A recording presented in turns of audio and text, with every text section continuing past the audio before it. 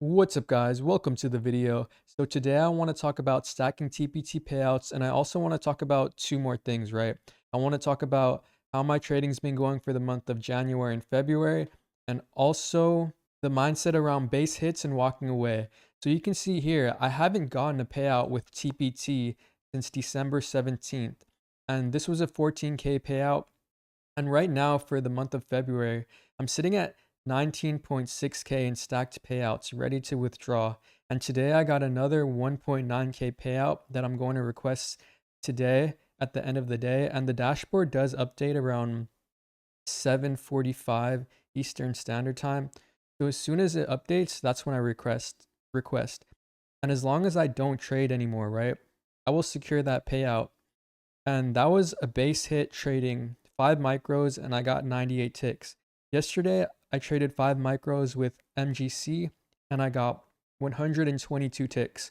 So these are my current base hits based on volatility. And I was trading under these ranging conditions for the past 2 days. So I was using ranging conditions as kind of the market conditions where I build narrative around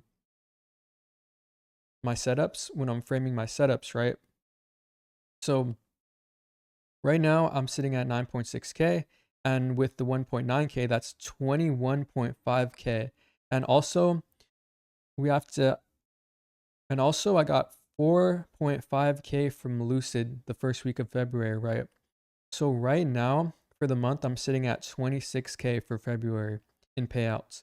And last month, I did 18K with Tradeify. If you've been following my Tradeify journey, but I did get moved to live with Tradeify and I did fail those accounts. So I'm waiting for 4 weeks until they reissue my live accounts. But in the meantime, I was planning on trading Lucid, right? But I failed my Lucid funded accounts after that first payout. So now I'm focusing on TPT, and I kind of don't want to trade Lucid evals right now because the past few days, not yesterday, but earlier this week, I was trying again with Lucid evals and they were just becoming sunk costs because I was trading them after my first initial winning trade with TPT, and I would trade Lucid, and then those would just be horrible trades. So what I'm understanding is my first trade is typically my most sound-minded trade, right? And the second trade isn't horrible, and it usually works out, but recently it hasn't been, and it's been more emotional decisions than logical, and I've just been failing those evals, right? Like I failed a set of Lucid evals, and right now I don't want to spend the costs to reset the accounts because if it's just gonna result in me trading more just to lose a little bit of these payouts, then it's not worth it. And I could always trade Lucid evals any other time, but right now I'm making the decision to just focus on TPT because with TPT, the daily payout potential is huge, right? Because in January, I did get 18K from Tradeify, but you're really limited, right? Because you can only max out at a 4.5K payout. So that's a 5K payout with a 90% profit split. But with TPT, you have daily payout eligibility with no max limitation. So with Lucid, my last payout was maxed out at 4.5K. So right now I'm just focusing on these TPT accounts. And now let's talk about base hits and walking away, right? And I'll pull up a chart. But before we pull up the chart, I'll just show you my trade syncer for the 98 tick win across 5 accounts. And after profit split with Take Profit Trader, this results in 1.9K. So that's an 80% profit split. So give me a moment while I pull up the charts and show you the execution. So here's the chart, and I traded during the opening range, which is the first 30 minutes of the opening bell at 9:30 a.m. And this is during the New York session, right? So I framed this trade by entering on this fair value gap and just targeting the low of the opening range gap.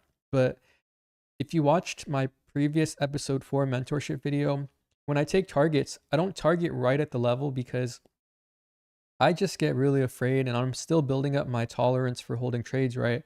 And 100 ticks, 98 ticks is solid to me because making shy of 500 bucks across 5 accounts would take 1 to 2 weeks of working a job and grinding, right? So this is the mindset, the base hit mindset and walking away mindset that actually helps me stop trading because I know that after my first trade, the following trades are less rational and more emotional. And from the past, trauma, pain and suffering, and journaling and collecting data, both statistical and behavioral, I know that over trading just leads to dumb decisions like over leveraging and not respecting the risk that I'm trading with. Basically, I'm just disrespecting risk. I'm not respecting money, and it just is chaotic and stressful. And I don't want to be in those types of situations, and it happens, right? So, my trade idea was just entering on this fair value gap under the narrative that we were ranging today, because we did take out London high, and the way that we broke this short-term low with a displacement and we respected these fair value gaps, I was just submitting to the idea that we were going to engage with this inefficiency and reach lower. But of course, I'm not good at holding trades, right? Like, in hindsight, it's easy to say you should have held, but when you're here, it's scary. And I'm typically a scalper, but I try to get the lowest hanging fruit objectives, the safest targets that I can, because if I hold until a target and it retraces on me, then I'd be really upset. And 1.9K is enough. And that's the base hit walking away mindset that I want to share, that perspective, because working 1 to 2 weeks, grinding for hours is not something that I want to do right now or go back to, right? Because I'm trading full time. And if I could just capture these little moves, then I'm happy. And if I can stop the urge to trade more, then that means I'm okay with not trading. I have that degree of self-control to not press buttons impulsively. So that's a win in my mind, right? Like, that base hit walking away mindset is a win, because if you don't have the urge to press buttons and chase and make money and trade when you know the likelihood of making dumb decisions is after the second and third trade, and then overall that's a win when you fight the urge, because every time you fight the urge, right, you're building this tilt tolerance, you're building this discipline, and you're basically training your discipline muscle. And of course, that's a metaphor, right? Because the discipline muscle is not really a muscle. It's basically your neural pathways being trained to not be impulsive and not break your rules when you really want to trade, like you really have the urge to trade.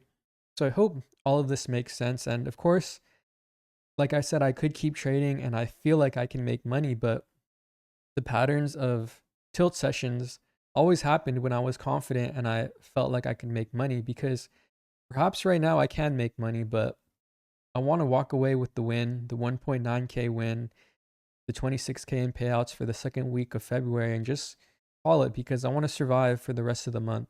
And that is how I'm framing my mindset, because 1.9K is a lot compared to working a job. But anyways, yeah, let's just look at how price respected this inefficiency. And in my last mentorship video, episode 4, I did say high probability fair value gaps, right, are the ones where we break a short-term low. So we took out liquidity, which was London high, and you don't see it, but we broke a short-term low with a displacement. And the displacement leg that breaks that short-term low when market structure shifts is where you look for an inefficiency, right? And a fair value gap above the 50% mark of the price leg that breaks a short-term low is a higher probability inefficiency. And this one didn't have it, but there was an inefficiency near the 50% mark. And see how price just respected it, gave 2 opportunities, and then I had this displacement, right? And this is my entry. I kind of just went for it. It was like a 1-to-1-ish. My trades are typically a 1-to-1, but if you watch that mentorship video where I did a retracement back towards, or it was like a retracement or reversal back towards the opening range gap midpoint, it's either a reversal or retracement or a continuation. Basically, if I have any reason to target the midpoint of the opening range gap, during the opening range or from the 10 a.m. to 11 a.m. time window, then that's where I frame setups. But I like the one and done mentality and the base hit and walking away. And I feel good. Like the win is actually fighting the urge to trade more. Even if I could make money, it's risky because I want my accounts alive. I want to still have daily payout eligibility. And yeah, I probably could make money, but it's just that I'm a really emotional person, I'd argue that, and my emotions can really get the best of me in the markets because the markets are designed to trigger your emotions and your worst impulses. The markets are designed for you to fail, and I just don't want to take that risk because one trade is good. If I can collect base hits and walk away, I'm building the discipline and self-control for my system. So my system is basically I trade towards the midpoint of the opening range gap if there's narrative around it. And if I feel like or can build narrative around why price isn't going to go there in the current moment, then I don't trade towards the midpoint, right? And this is just kind of how I trade. And if the opening range doesn't give me that midpoint gap fill, then I kind of just try to trade the silver bullet during the 10 a.m. to 11 a.m. time window. But anyways, that's all I really wanted to say. I hope this gave some perspective. And if there's any way I can provide value in these videos, let me know. If you have any feedback or recommendations, because Rainey did ask about making a TPT video, and I know it's been a while, but I've been focused on other firms while I practice because live trading's been tough, but I really want to get back into live trading and build the skills to manage real capital, right? And also, I want to build the credibility. But first, my mindset is about just making it to the next payout and surviving, right? And stacking these base hits and the payouts are what's really on my mind because it's really hard to survive in this game and it can get really stressful and really traumatizing and it's really difficult. Like, this is a really dark path, and I know that things can get tough, but I just want to tell you that once you start to find consistency, it's not always going to be there. Like, you'll have consistency overall, but you'll lose that consistency, you'll lose discipline, you'll lose self-control. And every time that happens, you're building towards more consistency, right? Being able to control your emotions, have more self-control, fight the urges that are really bad for us when we're in the markets, and just overall working towards mastering self. And I know you really can't master self, but you can work towards improving, right? But anyways, and one last thing that I wanted to mention is if you do enter on fair value gaps, stop placement should be above the high that forms the fair value gap. So fair value gaps consist of 3 candles, right? 1, 2, 3. And this is the high that forms the fair value gap. But to play it even more safe, you could put the stop above the swing high that's in proximity, right? And stop placement is typically up to you. You could be someone that places it right above this high, or you could put it above the midpoint of this wick, or you could just put it above the swing high. And that's entirely up to you and your risk profile. But what I found is when you make trade setups, like you frame trade setups, the risk to reward is usually a 1-to-1. If you target a reasonable level in proximity, like I was targeting the opening range gap low, but I targeted before it just to play it a little bit more safe because it does get scary holding trades, and you'll understand when you're in trades and you're putting risk on. But anyways, that's all I really wanted to say. Take care, be safe, and good luck out there.